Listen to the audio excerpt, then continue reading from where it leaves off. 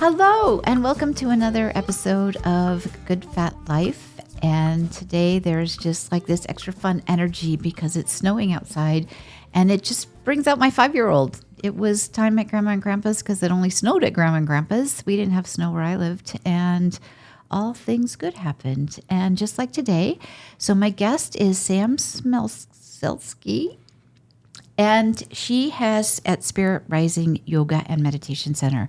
And I am excited to welcome her because she shares such a passion around movement, something I have struggled with my entire life, and because people would use the word exercise.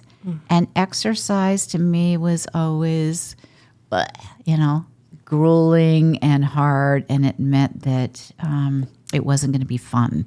So welcome, Sam. Thank you. I'm happy to be here. And tell me about, why movement? Why do you use the word movement?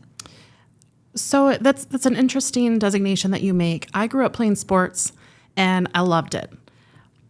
Ask me to run a mile, and I would dread it the whole time. So I think there's different kinds of exercise. And when you give it that term exercise, people automatically think, oh, I'm going to be sweaty, I'm going to be out of breath. They think of the negative piece. Right. Whereas when you think movement, just getting up and moving your body and doing something that feels good, you can still get the benefits of exercise, but then it's in a way that you enjoy it. And there's so many ways to explore it. You can play a sport. You could go for a run. You could do various types of yoga, or there's all sorts of options out there. And I think what's important is that people try them with an open mind and find something that feels good in their body, because we need to move. We need to get our heart rate going. We need to do things that we enjoy, but also have those benefits of exercise. Right. And it's so true. Every study that you read anywhere on health and wellness will say moving is is at the center of it all. Mm-hmm. We like to say fat is at the center of it all, but that's really not true, right? It's important, but moving is on the hierarchy at the top. It just is. And it's, to your point, it can be all kinds of things. Right. So how did you find yoga? Why does yoga make you light up? I actually came to yoga very begrudgingly. It was not something I thought I would do. I mentioned that I played sports. I played basketball, softball, volleyball, really competitive. Exercise was not a scary word for me. Okay. I loved it. However, I have scoliosis and kyphosis, and I did have a lot of mobility restrictions and pain. But playing sports, you learn pain is just something you deal with. Okay. As I got older, I never mentors liked that in my part. life. Right? It shouldn't be painful, and that's what I love about yoga. But to get there, I had a friend who was a little older, maybe a little wiser, talked me into going to a class with her. And I went to one yoga class after she'd asked me for months. She offered to pay, to drive me. Eventually, I said, you're not going to stop asking till I go. So I went. And it was this beautiful facility. As soon as you walk in, I felt this overwhelming sense of calm. I got on the mat that I borrowed, and I started to move in ways I'd never moved before. And after that hour class that went by in a blink, it was over so quickly, I felt good. I had worked muscles, and I'd stretched out in ways I'd never done before, and I still felt like I had that workout, but I wasn't in pain. I felt myself sit taller, I could breathe bigger, and I didn't have that anxiety that came from the competitive sports I was used to playing. So that one class completely changed my mind about yoga. I signed up, I started doing all sorts of different classes, learned more about the culture and the different types and styles, and it's just been yoga ever since. I still every now and again play a sport, but not like I did, and not usually at definitely not at the competitive level I was at. So a couple things. My brain is kind of like going in 10 different directions. So one of them is you came from the corporate world, correct? I did. You were an architect? Yes. So that's a very different world than being an architect and having a yoga studio. It right? is. It's very different. Very different. So there was some reason why you wanted to make that change. There was a calling, if nothing else. And I'm reading about this a lot lately, that people are, just like with Good Fat Life, I never thought, I'm going to start a media company with a magazine around health and wellness. But when we can be mindful with what we're hearing, I guess that gentle nudge, and step into it, it changes everything, right? So And I love that your friend was not willing to take no. She was very determined, and I appreciate that. So, and you appreciate that. But as I said to you earlier, I had gone to yoga many years ago, same kind of reason. And I hated it. I had a very different experience. I hated it.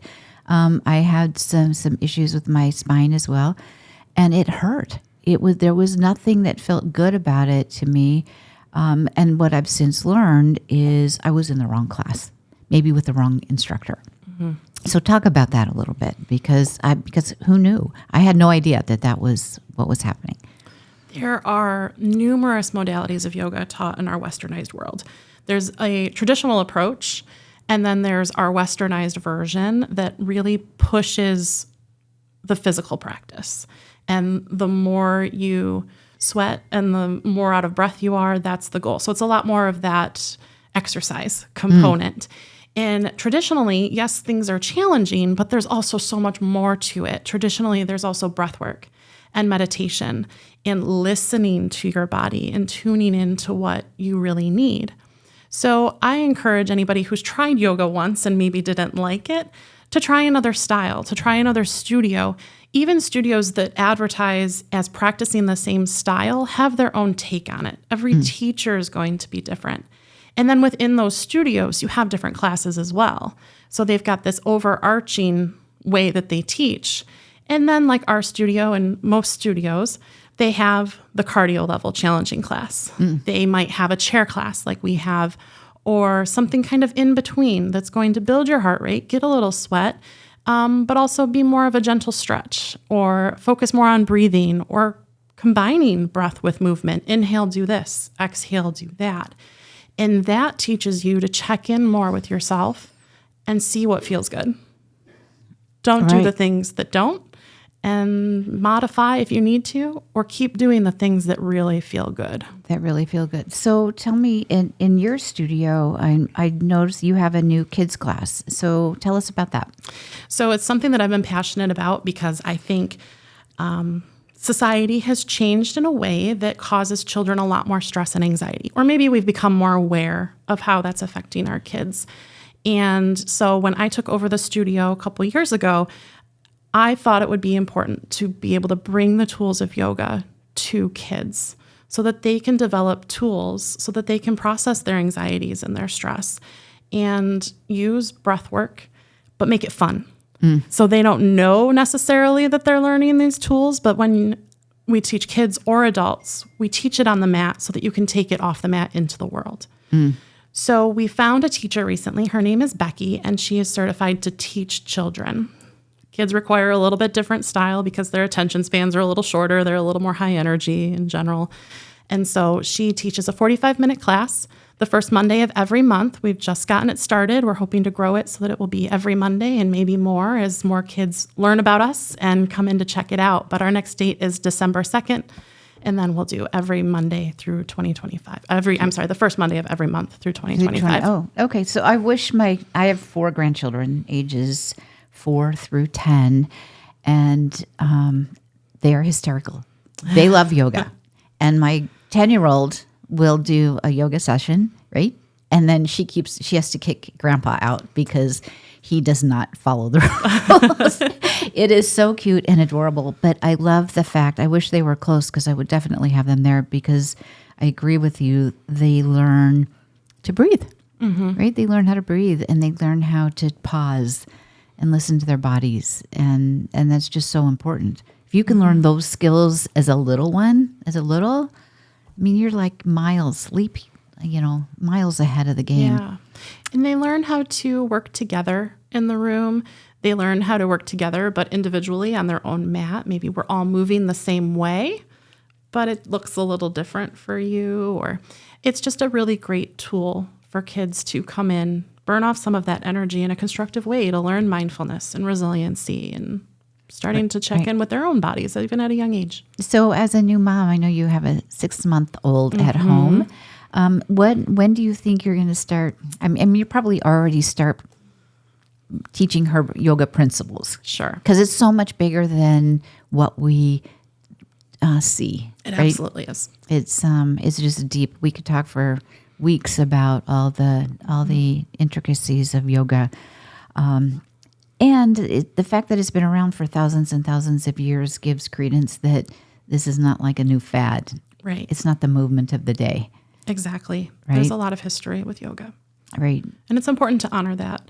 Elena, as a baby, naturally does a lot of the poses that we teach in class that you have to relearn as an adult. That's right. When you And think as a of babies, 6-month-old, right? she's just doing it already. Right.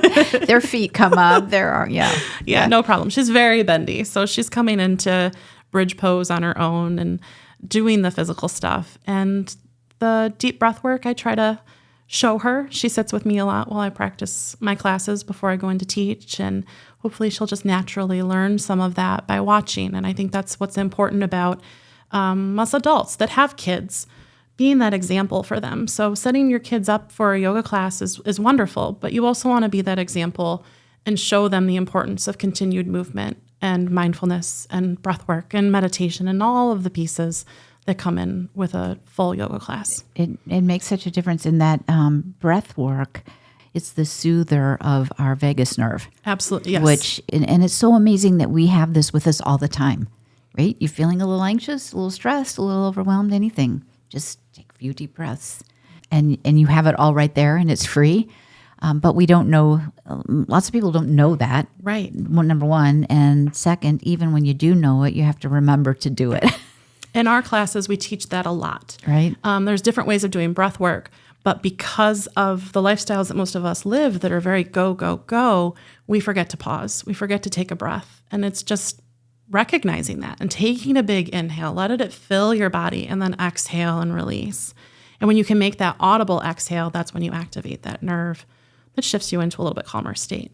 I didn't realize, I've always been a deep sigher. And people will go, "Are you okay? Are you okay?" And it would be just like, "No, I'm just, taking a sigh." Yeah. But I learned that that's kind of the body's way of just releasing. It's like a release valve. It is. And so these are all good, just general things to have for aging, as we grow older. So one thing I'm excited about is my husband and I are going to start.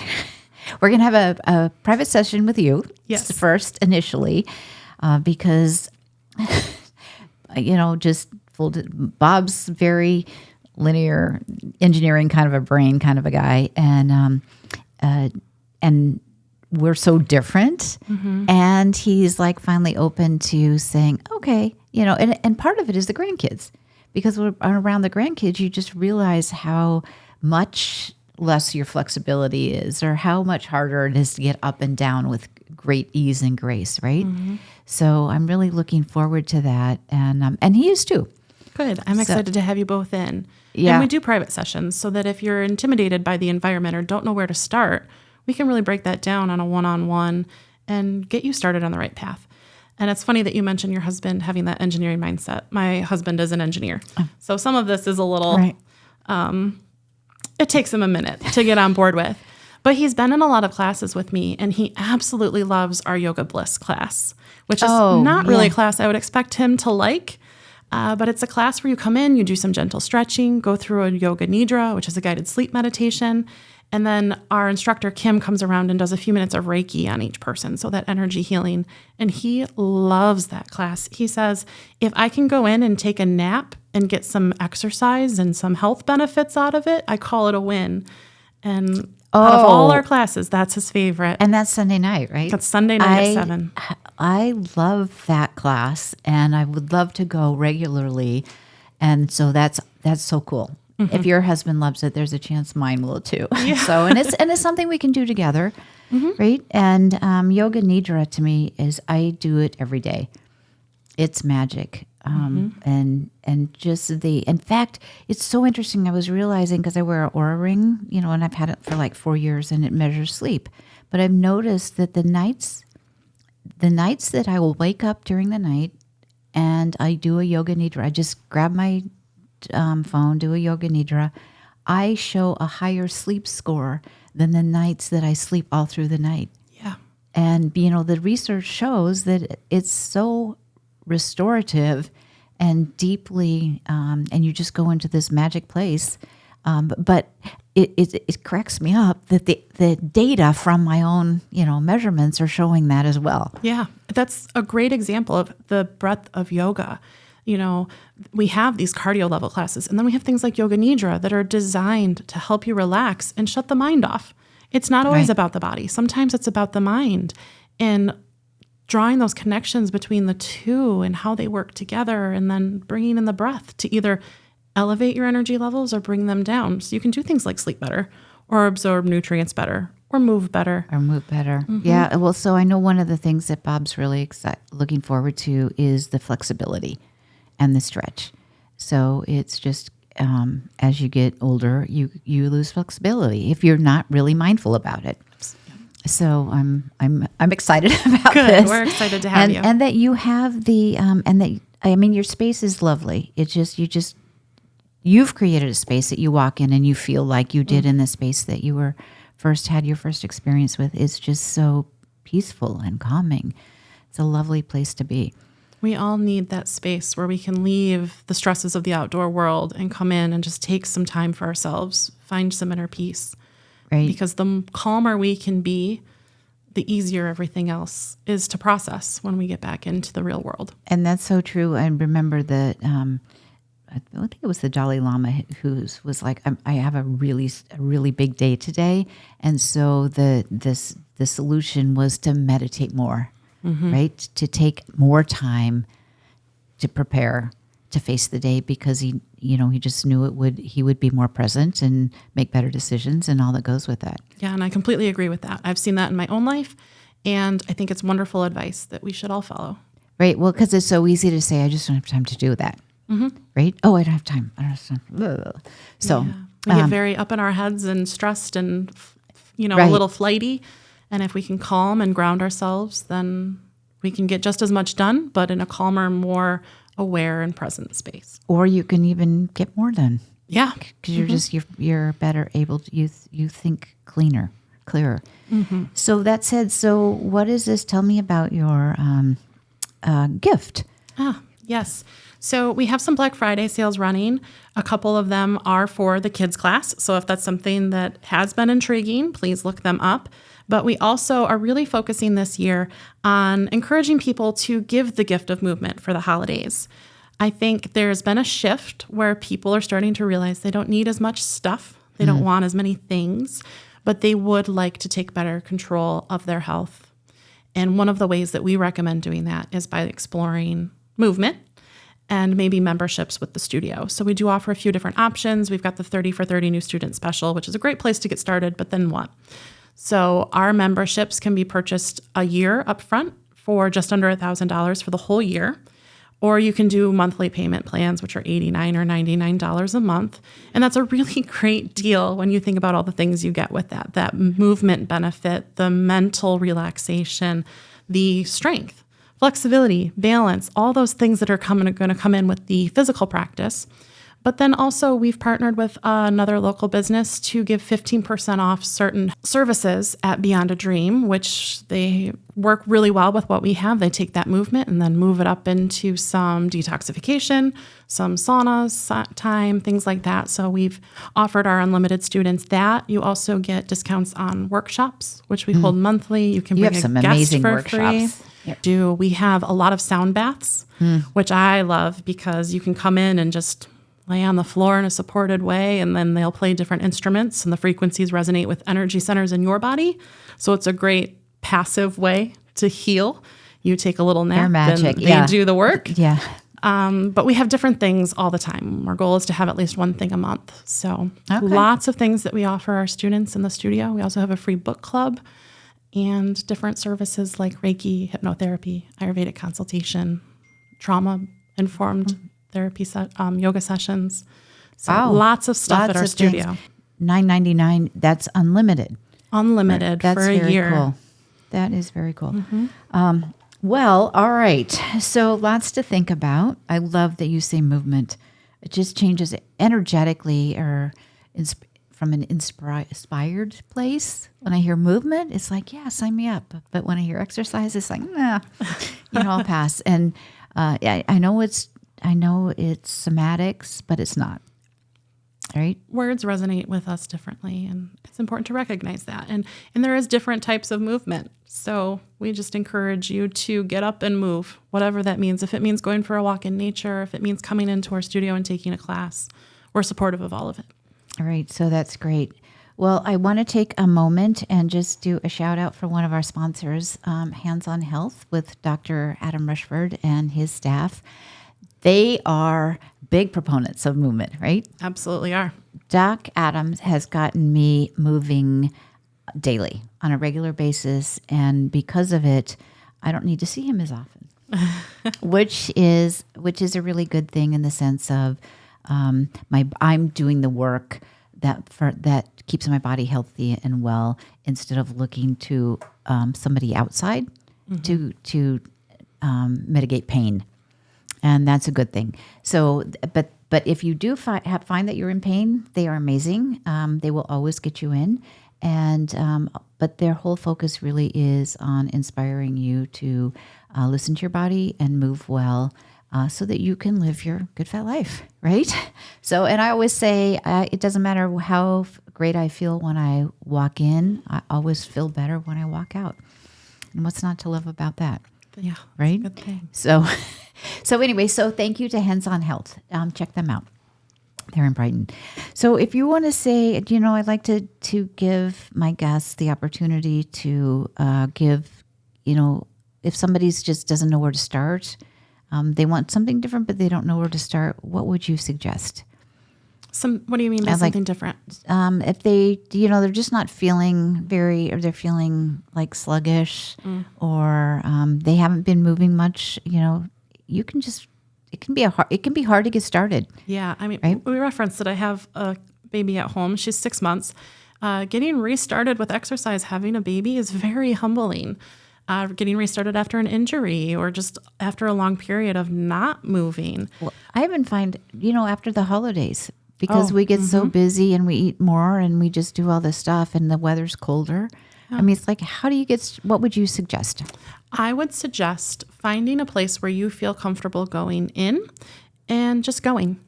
Or you could, whatever movement feels good for you, let it be a happy experience. Go and explore it. At my studio, we offer new students 30 days of unlimited classes for $30. You can come in. It's a pretty low financial commitment. And if you get into the room and you decide all you want to do is lay on your mat and breathe, that's yoga. Come in and lay on your mat and breathe. Because sometimes getting into that routine is the hardest part. And then once you're there, okay, everybody's moving. Let's move. Let's do it. And then you feel good, and that makes you want to come back in. So I would say just start. I know it's hard. I know it's humbling. I know there are setbacks, but you have to start, because if you don't, you never will. Right. And we like to talk about, how do you want to live the last 10 years of your life? And you can't start living that, in year 10. Right? Exactly. Right? Start now. You have to. We have to start now, and to have that kind of life that we want to live 10 years from now, or 20 years from now, right? And you can start small. Start 10 minutes. Start 5 minutes. You can start big, if that's the person that you are, and you just want to jump right in. Then jump right in. But I would say take a moment to decide what feels right for you in the place that you're at, and just go, because if you don't, it's just going to continue to deteriorate and get harder and harder. So today can be day one. Yeah, I was talking to my son about it, and he's 40, right? And so he was saying, I need to make some changes. And I said, the only thing I'm going to say is it does not get easier as you get older. Tomorrow is not easier than today. I agree with that. It's just not. And we think that it will be, but it's just not. Right? It's just not.